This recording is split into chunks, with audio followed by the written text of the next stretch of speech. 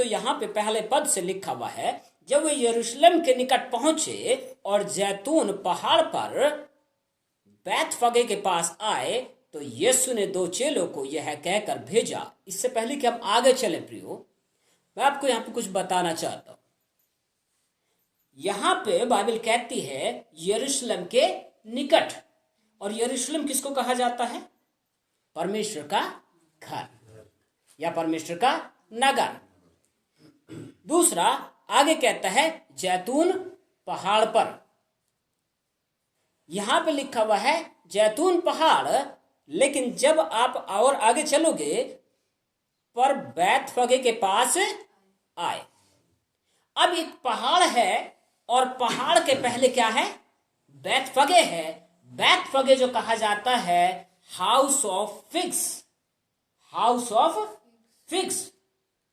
Figs किसको कहा जाता है? अंजीर को।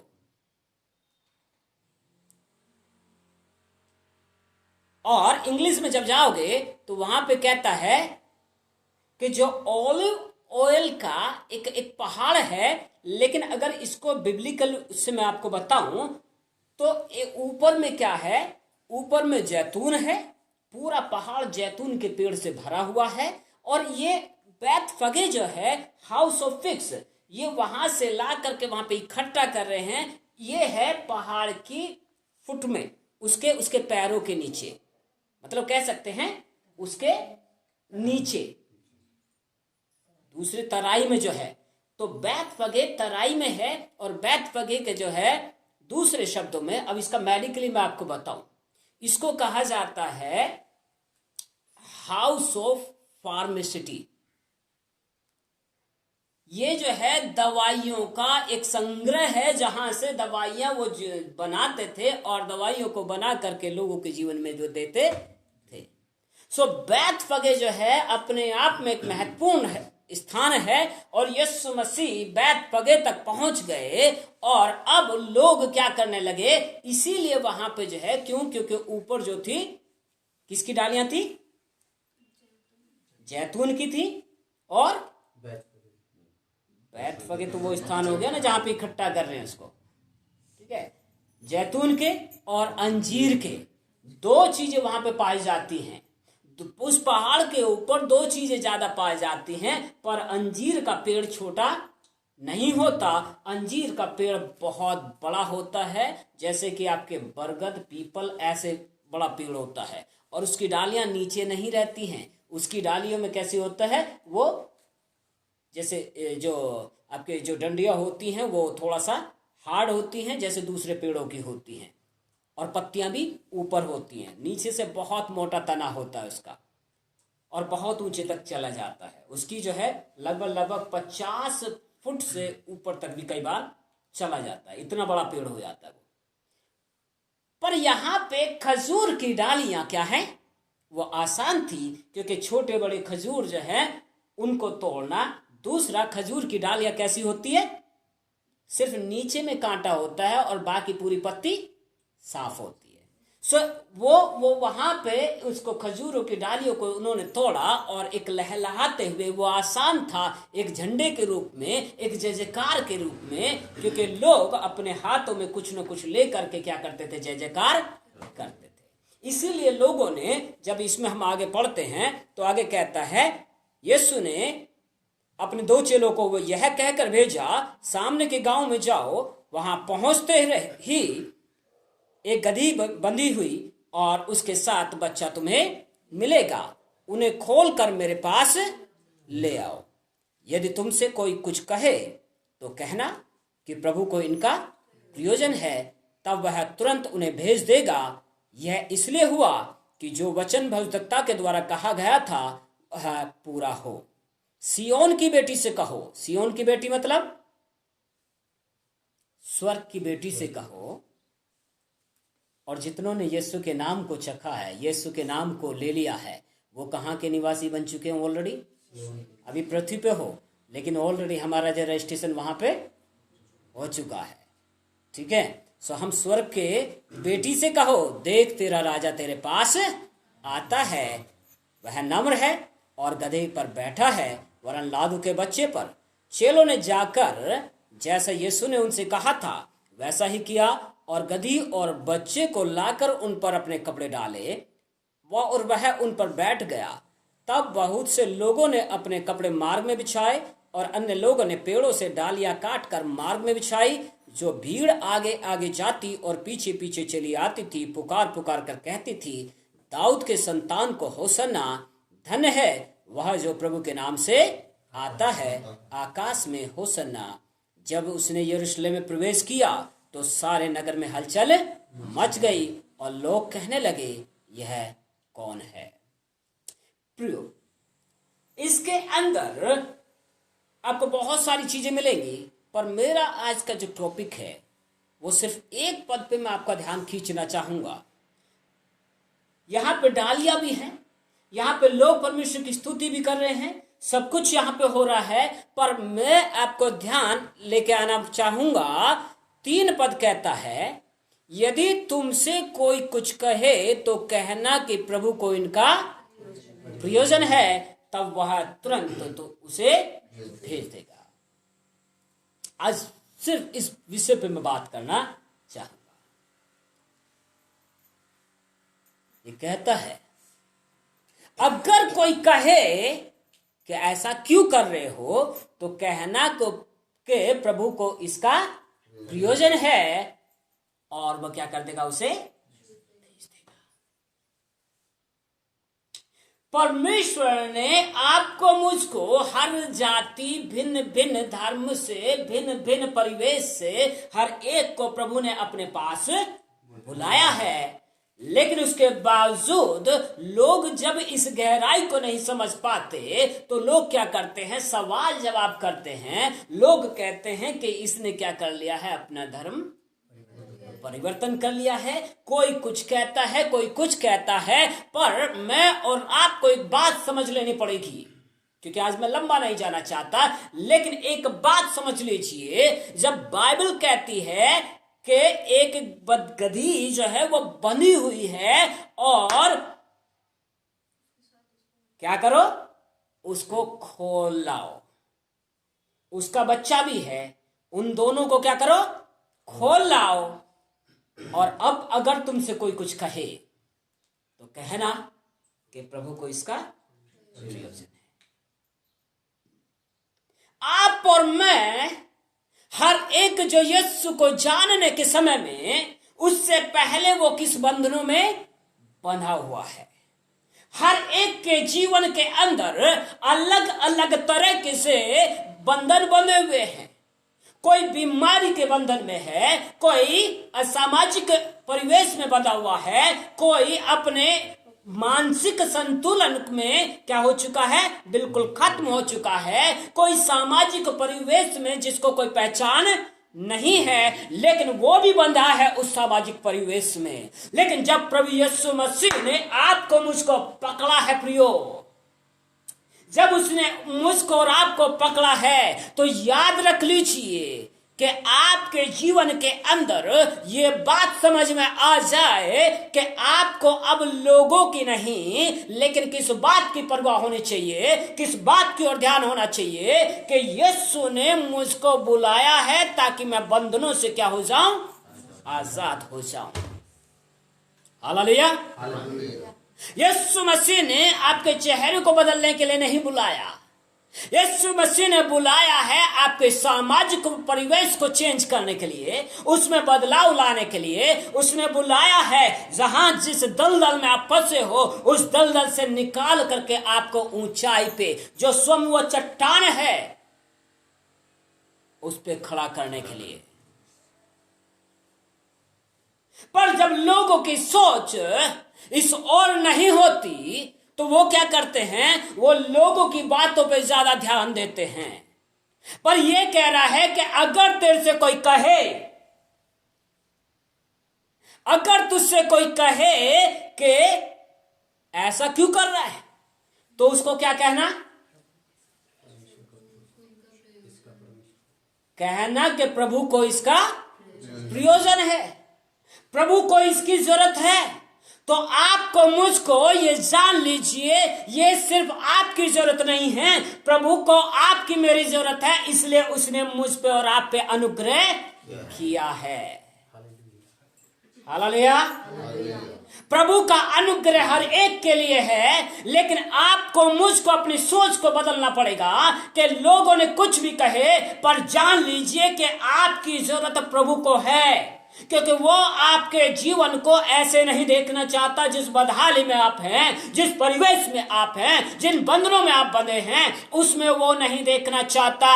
इसलिए आपके जीवन को वो उठा करके उस परिवेश से ऊपर लाना चाहता है। आमेन।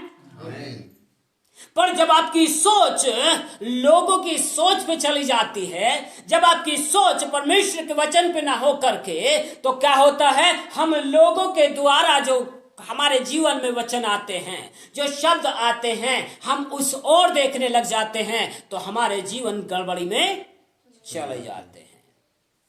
पर आपको मुझको जान लेना है, आपकी खुद की जरूरत तो है कि हम बंधन से आजाद हो जाएं, हम बीमारी से आजाद हो जाएं, हम सामाजिक परिवेश में जिस स्थान पे आज हैं, उस सामाजिक परिवेश में हम क्या हो जाएं, हमारा स्तर ऊपर आ जाए, हम थोड़े और ऊपर आ जाएं। ये हर एक के अंदर जिज्ञासा तो है, पर इन सारी जिज्ञासाओं से बढ़कर के एक बात जान लीजिए, प्रभु को आपकी जरूरत है, क्योंकि वो आपसे प्रेम करता है प्रियो, इसीलिए उसने अपनी नजर को आप पे लगाया है और आपको वो वहां रखने नहीं चाहता। रखेगा कौन? आपके खुद के विचार। यदि आपके विचार आपको नीचे की ओर खींचेंगे, तो जो परमेश्वर आपके जीवन में काम करना चाहता है वो नहीं कर पाएगा। विजयी प्रवेश यीशु मसीह का यरूशलेम के अंदर हुआ। आज यरूशलेम कौन है आत्मिक तौर से? हम हैं। तो आपके जब तक मानसिक परिवेश या मानसिक आपका जो है सोचना जो है वो इतना मजबूत ना हो जाए कि मुझे तो जरूरत है ही, लेकिन प्रभु को भी मेरी जरूरत है, जब तक आपकी ये सोचना बदल जाए, आपके जीवन में परिवर्तन नहीं आएगा, आपके जीवन में विजय प्रवेश नहीं हो सकता। इसलिए यीशु मसीह आज बहुतों के जीवन में काम नहीं कर पाता है प्रियो, क्योंकि उनकी सोच उनको गिरा देती है। लोगों की प्रार्थनाओं से ज्यादा उनकी सोच उनको खुद गिरा देती है। इसलिए याद रखिए, प्रभु की मर्जी ये नहीं है कि हम सिर्फ बदहाली में रहें। प्रभु की मर्जी सिर्फ इतनी नहीं है कि हम सिर्फ जो क्या किस्म हो जाएं, हम परेशानियों में रहें। प्रभु की मर्जी ये नहीं है कि हम सामाजिक परिवेश में, चाहे हम कैसे भी घर में पैदा क्यों ना हुए हों, लेकिन वो नहीं चाहता कि हम वैसे ही माहौल के अंदर रहें। लेकिन परमेश्वर जो बढ़ोतरी का परमेश्वर है, वो कहता है मैंने तुझ पे अपना चित्त लगाया है, मैंने तुझ पे अपना चित्त लगाया है, और तेरा प्रतिफल, तेरा भाग मैं ही हूं। इसलिए मेरी नजदीकी में क्या कर, दृढ़ हो जा, सिद्ध हो जा। पर हम ना तो दृढ़ हो पाते और ना सिद्ध हो पाते। क्यों? क्योंकि किसी ने कुछ बोला और हमारे दिमाग में वही विचार क्या करने लग जाते हैं, घर करने लग जाते हैं।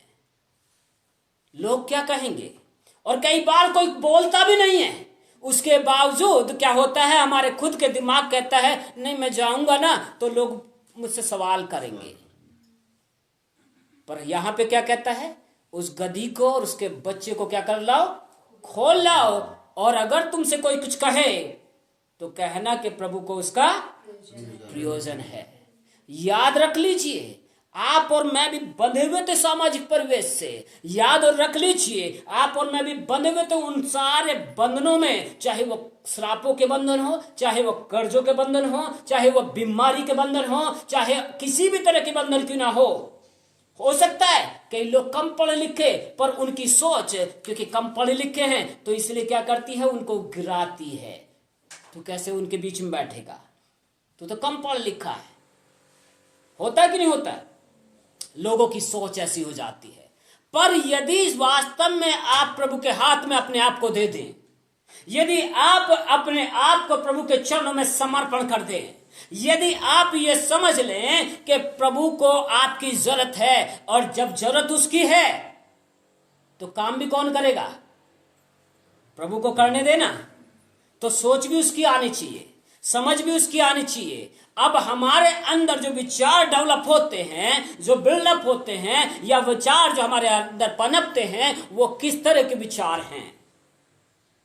लोगों के विचार या बाइबल का विचार जो कहता है कि प्रभु को तेरी जरूरत है, और जरूरत उसको है तो वो बताएगा कि क्या करना है, वो बताएगा कि कैसे चलना है, वो बताएगा कि मेरी सामर्थ्य कब होती है? जब तू कमजोर होता है अपने आप में। जब तुझे, इसका मतलब ये नहीं है कि हम कमजोर बन जाएं, इसका मतलब ये है जब हम अपने जीवन को ऐसा कर लें, प्रभु मैं अपने आप से कुछ नहीं कर सकता, but I need you Lord, but मुझे तेरी जरूरत है पिताजी।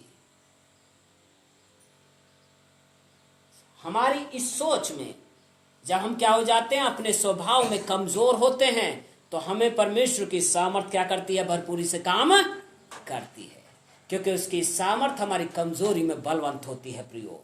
इसलिए हम अपने जीवनों को ऐसा दृढ़ करें, हम चाहे कहीं भी से पैदा हुए, किस घर में पैदा क्यों ना हुए हों, किस परिवेश में पैदा क्यों न हुए हों, हमारे यहाँ का सामाजिक परिवेश कैसा क्यों ना रहा हो, हमारे घर की स्थिति कैसी भी क्यों ना रही हो, लेकिन जब परमेश्वर को मेरी जरूरत है प्रियो, तो परमेश्वर का वचन कहता है कि वो बढ़ाने वाला परमेश्वर है, वो बढ़ोतरी का परमेश्वर है। और उसने क्या कहा? वचन कहता है कि उसने जगत के निर्बुद्धियों को चुन लिया। Hallelujah, hallelujah. उसने जगत के निर्बुद्धियों को चुन लिया ताकि क्या करें? वो बुद्धिमानों को लज्जित करें। बुद्धिमानों को लज्जित करने के लिए अब आपकी मेरी बुद्धि की जरूरत नहीं पड़ेगी। बुद्धिमान लज्जित किस बात से होंगे? जब आपके अंदर परमेश्वर की बुद्धि काम करना शुरू करेगी, और परमेश्वर की बुद्धि तब करेगी, उसे मेरी जरूरत है। इसलिए मैं लोगों के विचार नहीं सुनूंगा, इसलिए मैं अपने विचारों को क्रिएट नहीं करूंगा। मेरे अंदर कोई भी शब्द क्यों ना आए, लेकिन मैं अपने शब्दों को नहीं, बाइबल जो मुझसे कह रही है कि उसको मेरी जरूरत है। प्रभु तुझे मेरी जरूरत है, तेरा वचन कहता है अब तू मुझ में करना चाहता है, मुझ में कर प्रभु। और जब तू करेगा तो जिधर मैं चलूंगा तेरी बुद्धि मुझ में होके चलेगी। हालेलुया, आमेन, आमेन। प्रियो, प्रभु को आपकी जरूरत है। क्या आज आप तैयार हैं प्रभु के लिए? कई लोग आते तो हैं लेकिन पूरे तरीके से परमेश्वर के हाथों में अपने आप को समर्पण नहीं करते। जब परमेश्वर के हाथों में पूरे तरीके से समर्पण नहीं करते तो वो कभी भी बढ़ोतरी तक नहीं पहुंचते। जो परमेश्वर करना चाहता है उनके जीवन में कभी भी उस ऊंचाई तक पहुंच नहीं पाते। लेकिन जब परमेश्वर करता है तो वो आपकी सोच से बढ़ करके काम करता है। जब परमेश्वर करता है तो वो आपकी समझ से बढ़ करके काम करता है, क्योंकि वो कहता है उसे खोल दो, क्योंकि प्रभु को उसकी जरूरत है। आज हम कहां देख रहे हैं? आज हमारा ध्यान किधर है? लोग आएंगे, लोग बातें करेंगे, सब कुछ होगा, क्योंकि वो नहीं समझ पाएंगे इस बात को कि परमेश्वर को मेरी जरूरत है। लेकिन आप और मैं तो समझ सकते हैं कि परमेश्वर को मेरी जरूरत है, क्योंकि दूसरा तो अनजान है प्रभु से, दूसरा तो अनजान है उसके प्रेम से, दूसरा तो अनजान है उसकी शिक्षाओं से। सो इसलिए वो तो नहीं समझेगा कि हम कहां जा रहे, हम क्या कर रहे हैं। लेकिन बाइबल कहती है कि प्रभु को हमारी जरूरत है, प्रभु को हमारी जरूरत है। सुप्रियो, आप और मैं सतर्क हो जाए, हमारी बुद्धि खुल जाए। बेशक हम किसी परिवेश से क्यों ना आते हो, बेशक हम किसी भी स्तर से क्यों ना उठाए गए हों, लेकिन वचन कहता है कि ये गधा और इसके बच्चा क्या था? बना हुआ था। और बाइबल कहती है यीशु ने कहा उसको क्या करो? खोल लाओ। और अब अगर तुमसे कोई कुछ कहे तो क्या करना? उसको कह देना कि प्रभु को इसकी जरूरत है। और जब प्रभु को जरूरत है, प्रभु के हाथों में आप आ गए, तो बाइबल कहती है, यीशु ने कहा, जो पिता मेरे पास लेके आता है उसको मेरे हाथ से कोई छीन नहीं सकता।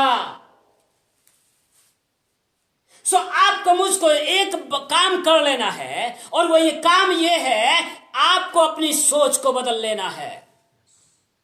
क्योंकि आदमी किस जाति में, किस धर्म में, किस जगह पे पैदा हुआ यह मायने नहीं रखता, लेकिन जब परमेश्वर के हाथ में आप आ गए, आप सृष्टिकर्ता के हाथ में आप आ गए, वो आपको वहां तक नहीं छोड़ेगा, लेकिन आपको लाएगा उस स्थान पे, क्योंकि प्रयोजन उसका है। प्रियो, योजना उसकी है, और जब योजना उसकी है तो उसकी योजना कोई हल्की तो हो नहीं सकती, उसकी योजना कोई कमजोर तो हो नहीं सकती। उसकी योजना यह है कि उसको आपकी जरूरत है, और जब उसको जरूरत है तो वो आप में अपनी भरपूरी को दिखाना चाहता है। हम कब तक अपने उसी परिवेश में रहेंगे, हम कब तक उसी सोच में रहेंगे? क्योंकि सबसे ज्यादा आदमी चाहे कितना भी लंबा तकड़ा क्यों ना हो, लेकिन अगर वो अपनी सोच में कमजोर है तो वो धराशायी हो जाएगा। लेकिन अगर ये छोटा सा क्यों ना हो, पर उसकी सोच अगर मजबूत है, वो बलवंत है। इस्राएली लोग जब फिलिस्तीनियों ने, अरामी लोगों ने और कई लोगों ने, मोआबी लोगों ने उन पर धावा बोला, तो क्या हुआ? सारे के सारे इस्राएली अंदर घुस गए और डर के मारे निकल नहीं रहे। और मोआबी लोगों ने, फिलिस्तीनी लोगों ने, उन्होंने क्या किया? इस्राएलियों के सारे खेत खलियानों को नष्ट कर दिया। उनके खेतों से गेहूं क्या भूसा भी निकाल निकाल कर लेके चले गए। उन्हीं में से एक निकला, और क्या हुआ? उनमें से एक व्यक्ति जब निकल के आता है, उस व्यक्ति का नाम क्या था? गिदोन। पर यह भी क्या कर रहा है? दूसरे किसी की हिम्मत नहीं हुई, पर गिदोन आया और चुपचाप अपने भूसे को क्या कर रहा था? धीरे से अंधेरे में क्या कर रहा है? उसको इकट्ठा कर रहा है। जहां किसी ने हिम्मत नहीं दिखाई, जहां पूरी की पूरी कौम पीछे हट गई, जबकि ये परमेश्वर के लोग कहलाते हैं, सब के सब अपने आप में धराशायी हो गए। लेकिन एक गिदोन, जिसके सबसे बिल्कुल ही कमजोर माना जाता है, और परमेश्वर ने देखा कि एक तो है जिसके अंदर क्या है? थोड़ी सी हिम्मत तो है, और वहीं परमेश्वर आ गया। और परमेश्वर ने क्या किया? परमेश्वर कहता है, हे गिदोन, सूरवीर सूरमा। परमेश्वर ने जो डर करके, छिप करके सिर्फ अपने भूसे को इकट्ठा कर रहा है, उस व्यक्ति को कहता है, हे सूरवीर सूरमा। क्योंकि परमेश्वर का वचन कहता है, परमेश्वर जगत के निर्बुद्धियों को, कंगालों को, जो है भी नहीं, उनको चुन लेता है, ताकि जगत के बलवानों को, जगत के बुद्धिमानों को क्या करे? वो लज्जित करे। आपकी मेरी सोच जब तक रहेगी, तब तक हम उस लेवल तक नहीं पहुंच पाएंगे। आपको मुझको सोच में आना है, क्योंकि प्रयोजन उसका है, योजना उसकी है। सो हम उस योजना में अपने आप को रखें, उसके प्रयोजन में अपने आप को रखें, तो और देखें कि वो किस तरीके से आपको उठाएगा। जहां आपकी सोच नहीं जाती, वो पहले से उसने योजना बना रखी है। इसलिए कुरिन्थियों की पत्री कहती है, जो किसी की आंखों ने नहीं देखा, किसी के चित्त में नहीं चढ़ा, और किसी के कानों ने नहीं सुना, परमेश्वर वो है जो अपने डरवैयों के लिए वैसा ही करता है।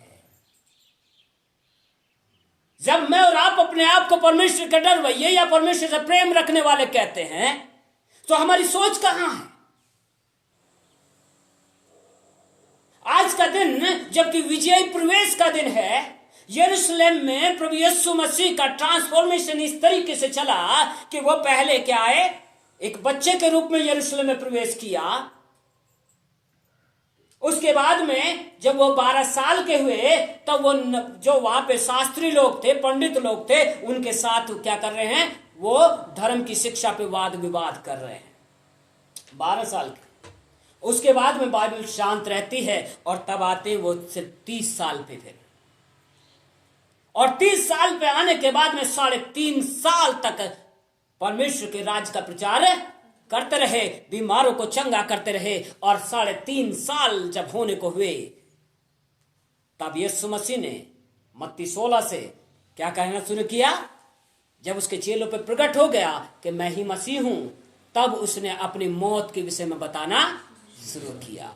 लेकिन धीरे धीरे वो बताने शुरू हुए और यहां से उनका मानसिक परिपक्वता जो है और बढ़ती चली गई। और इसीलिए अब वो यरूशलेम में आते हैं कि अब सीधे क्या करेंगे, ये लोग मुझे पकड़ेंगे। यीशु ने कहा अब मुझे क्या करेंगे, ये पकड़ेंगे, क्रूस पे चढ़ाएंगे और मैं तीसरे दिन क्या हूंगा, जिंदा हो उठूंगा। धीरे धीरे एक बच्चा प्रवेश करता है, 12 साल की उम्र में वाद विवाद करता है और 30 साल की उम्र में जाकर के जो है परमेश्वर के राज का प्रचार करना शुरू करता है, शांति का प्रचार प्रसार शुरू करता है। और उसके बाद 3.5 साल ऐसा करने के बाद क्या हुआ, मानसिक परिपक्वता इतनी बढ़ गई कि अब कोई मारे तो मारे, क्योंकि मुझे मालूम है ये मारेगा, मैं क्या करूंगा, महिमा को प्राप्त करूंगा।